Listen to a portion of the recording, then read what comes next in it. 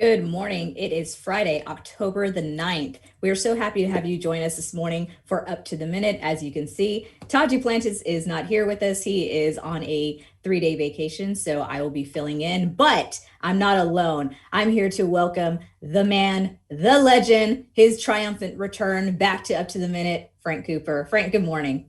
Brittany, you honor me. Thank you so much. Great to be back. Happy Friday, everybody, ladies and gentlemen, students all across the HCC campuses. Please, guys, please watch the show, subscribe to our show, hit the notification bell. We're on YouTube, Facebook, Instagram, Twitter, Snapchat, all of our social media platforms. Let's grow the show, guys. Hey, thanks, Frank. We'll come back and talk to you towards the end of the show. But today we are welcoming two very special guests. First off, we will be welcoming our HCC Southeast College President, Dr. Melissa Gonzalez. Good morning, Dr. Gonzalez. Oh, let's see if we can get you unmuted. Hello. There we go. Hi, Hello. good morning. Thank you so much, Brittany. I'm so excited to be here. Thank you. We're so excited to have you join us, Dr. Gonzalez. We'll come chat with you fairly shortly, but we are now going to welcome Dr. Jimmy Adams, who is our resident poet, but more importantly, he's also our college operations officer at the HCC Northeast campus. Good morning, Dr. Adams. Good morning, everybody. Good. Happy to be here on a Friday morning. Yes, we're so happy to have you back, sir. So this has been a big week for all of HCC as some of our students have returned to campus for the first time since spring break. I've said this often enough. This is the longest spring break of life because many of us have not been back to the office since March. But Southeast houses many hands-on courses. So are you ready? Already had students on campus, is that correct? Yes, we have had students on campus, especially our welding group has been on campus. And so, yes, we do have students, and we're excited to see some smiling faces, looking forward to finishing their certificates. That's fantastic. And tell us about bringing back other students and faculty at Southeast. What has that looked like?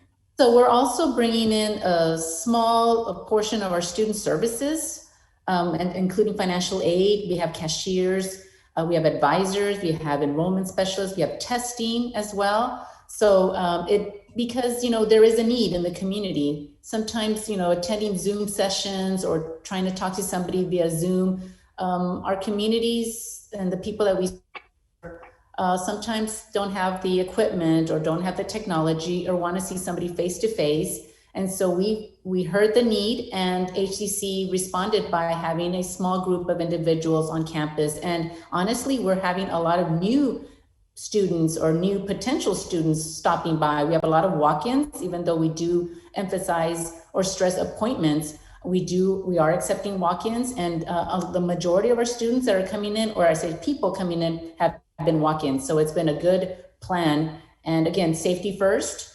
And it's been important to do that. And so it's going well. Thank you. That's great. And just so that everyone knows that HCC is limiting entrance to just one entrance at each college and campus, to my understanding, as well as offering screening upon entry to make sure that everyone is not showing symptoms of the COVID I can't even think right now. Sorry. The COVID virus. Also, they'll have wristbands, to my understanding, to show that they are okay to go to enter into the building. So Dr. Gonzalez, let's discuss some specific programs at Southeast. You are known for putting lots of folks to work, primarily in the East End and in workforce. So quickly, just kind of go over those programs. We have some great partnerships with our East End industry and East End management district. And so they're so blessed, and we're so blessed to be partners with them. And again, they care about the community. So they have provided scholarship funds for our Certified Logistics Technician programs, our CLA, CLT programs, and also our forklift program for East End residents. The Morales Foundation, also head by our state rep, Cristina Morales, have also very proud of East End and also providing scholarships for our welding students. And so we're excited about that partnership as well. Also, the PVF Foundation or organization, I should say, have provided welding scholarships, not just for the East End residents, but throughout the system. So we're excited. So it's about partnership. It's about providing the needs. We heard the community. There's no finances, especially for a lot of our students. So these scholarships will allow students to come in for free. We also have a partnership with Goodwill throughout the whole system, providing scholarships for our logistics program and also our manufacturing program that we partner up with Southwest College. So we're excited about these opportunities. And again, there's no excuse. There's free training. And if you're hesitant about coming on campus, no problem. The majority of these are online, except for forklift. You will have to come on campus for our forklift program. So again, a little bit of both. And so we're excited about that.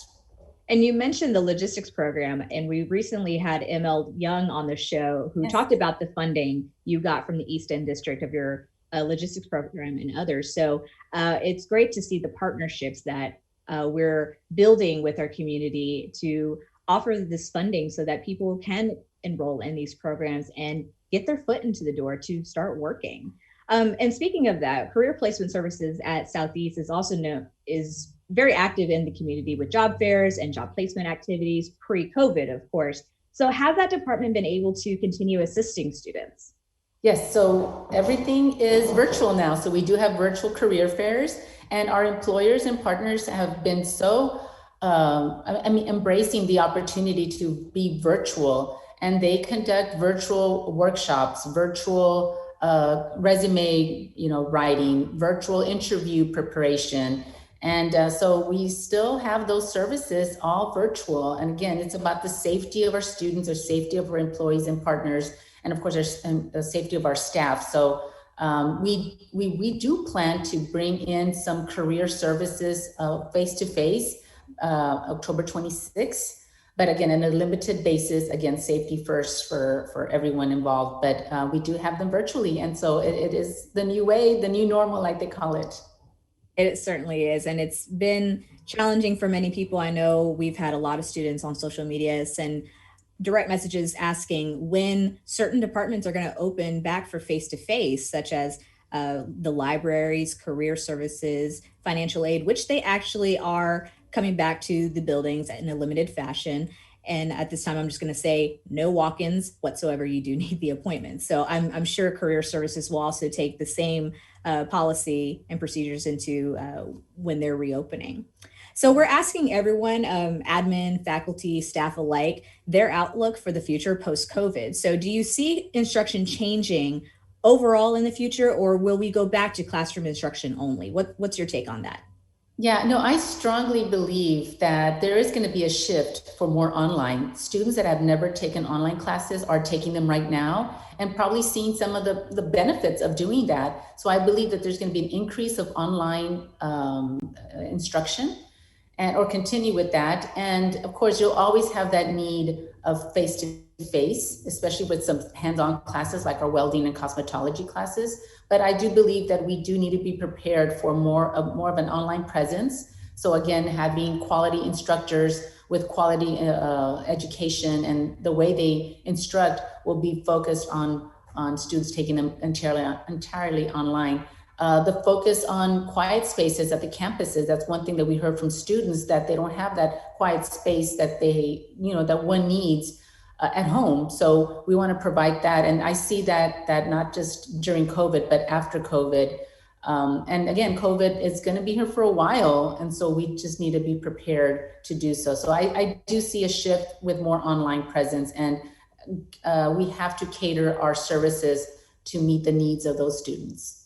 Absolutely. And one thing you mentioned, Dr. Gonzalez, is the cosmetology program at Southeast, which is fantastic. Some of us here from HCCTV, we're huge fans of what's going on in the programs in the cosmetology. We went and had our facials done, which was a fabulous experience.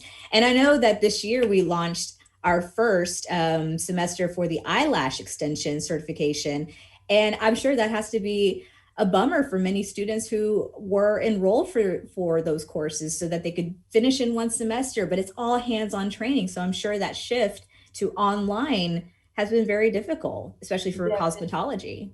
Absolutely. And I too, I was a model for the eyelash program. So, but yes, I do hear from the community missing out of the services that the cosmetology program provided for the community. They provided manicures and haircuts and eyelashes. And so it has been a bummer, but I believe little by little, we are bringing students back in 6-foot distance. And again, just be very cautious with this COVID and making sure, again, safety first. But it has been a challenge. But again, little by little, we do plan to bring the students back in. So what are you planning for Southeast come spring 2021? Wow. So as I mentioned, we're listening to the students. Students are talking about needing quiet spaces. Students are still needing computer and technology. There is a problem with that. And finally, and most important, students are needing the basic necessities. This COVID has really affected many lives. And so food, people are not working, people are being laid off. And so we have partnered with the food bank before COVID.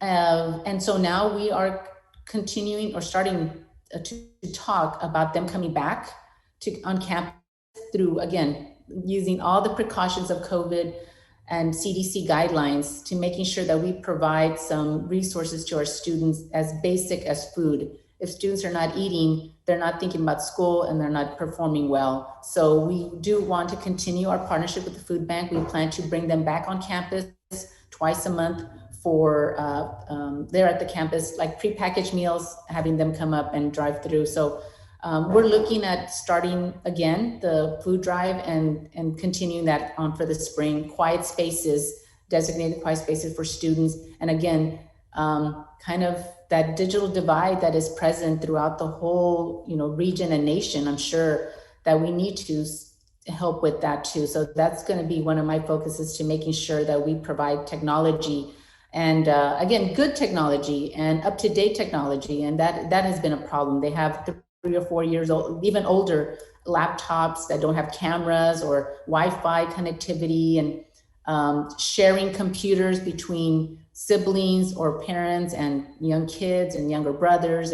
So it's been a challenge. And so some of those things need to be at the forefront. So we're doing more of that, making sure that we continue serving our students.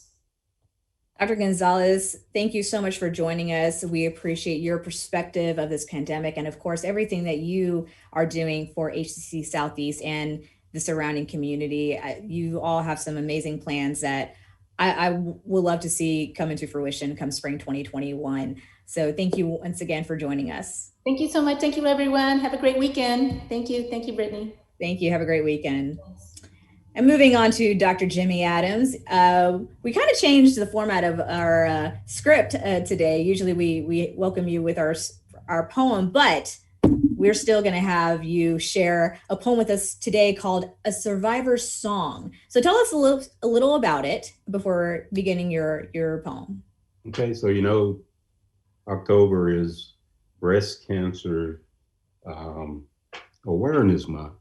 And I wrote a piece called A Survivor's Song in partnership to support a fundraiser for the Red Cat Jazz Festival that was held about 4 or 5 years ago with the Red Cat Jazz team that was partnering with our COE, the Media Arts, when I was dean. And this is really about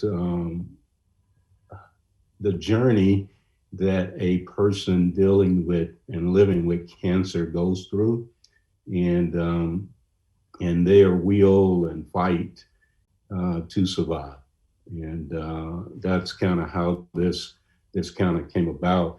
And it's always a divine experience for me, because I wrote this poem, and then we, with my friend Jeff Chambers, who did the video, and Rod Tillman, who I collaborated with on the music.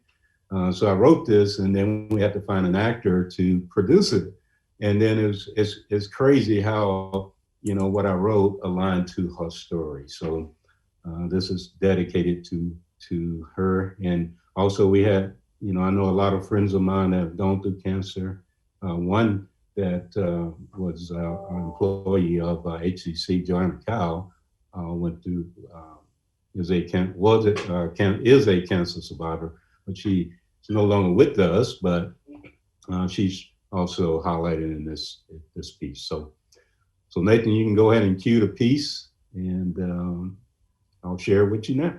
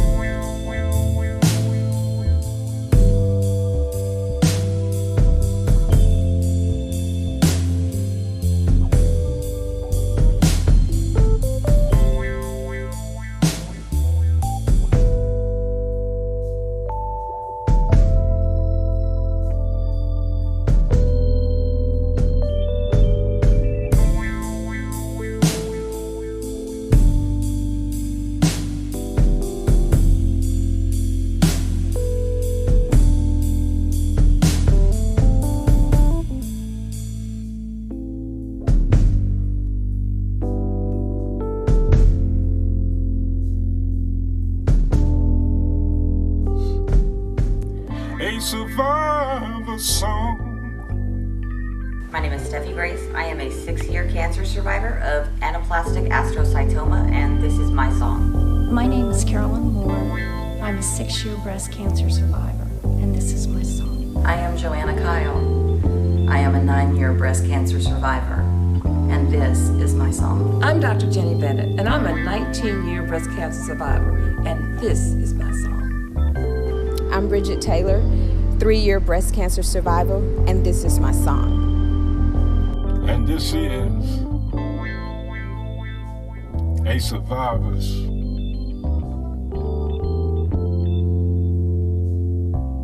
song.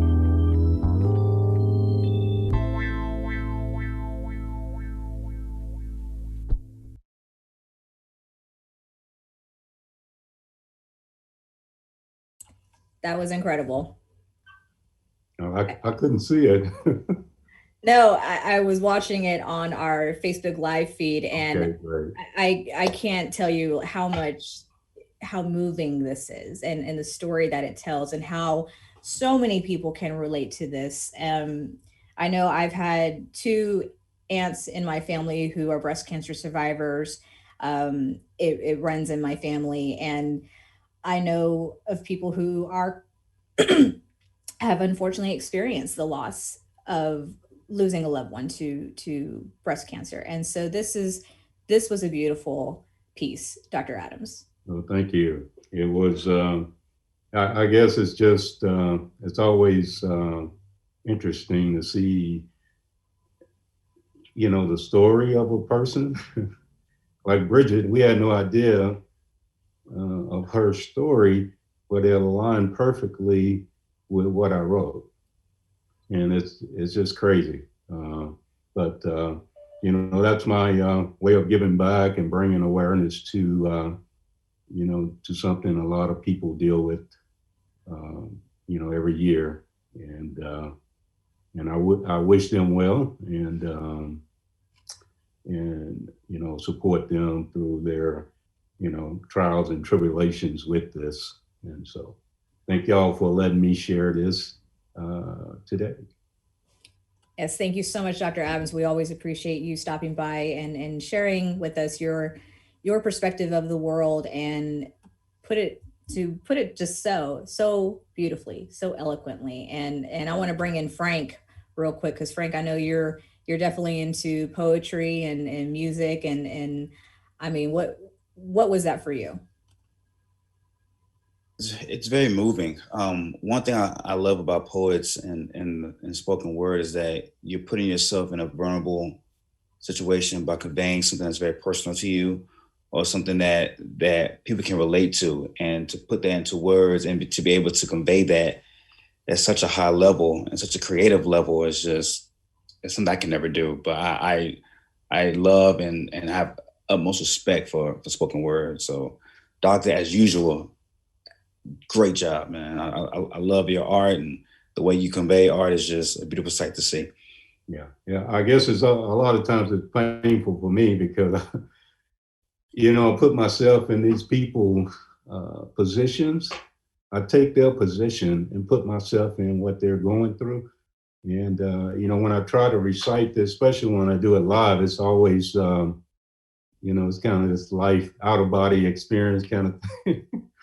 Because you're dealing, like you said, something that's, you're telling a story about something people probably never want to really talk about. And I try to purvey that, but also show, their journey and how they climb out of that through hard work and perseverance and support from the family, and also, God and, that higher power. So. Absolutely. And that extended family comes with other survivors, those who are also fighting the cause and bringing awareness to others. So Dr. Jimmy Adams, thank you so much once again for joining us for our Friday poetry reading, if you will. We really appreciate you being here, and hope you have a great weekend. All right, y'all. Peace. Hey, Melissa.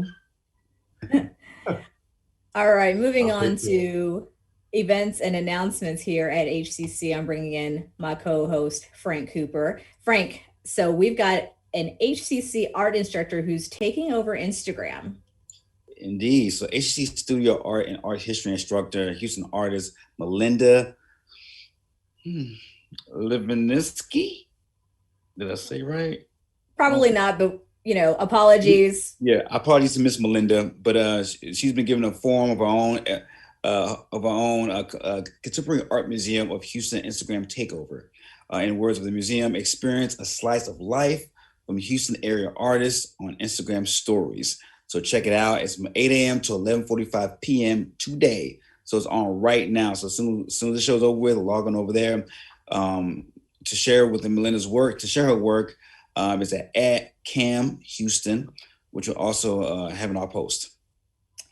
Fantastic. So Rec Sports game watch party, Frank, I'm sure you are into this. I know Todd really wanted to talk with you about the changes for the Texans. So I know we got some news this week that kind of thrilled a lot of us. So what could be more fun than a Sunday game watch party with Rec Sports? This is for current students only who are invited to this free Teams event. This is going to be on Microsoft Teams. It's happening this Sunday, October 3rd.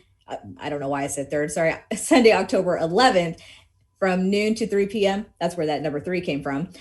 So Sunday, October 11th, noon to 3 p.m. Join a game watch party. For information about this, you can also email sports@hccs.edu. They also have some fun and free events like the new Minute to Win It challenge, but you can also use your HCCS email to sign up.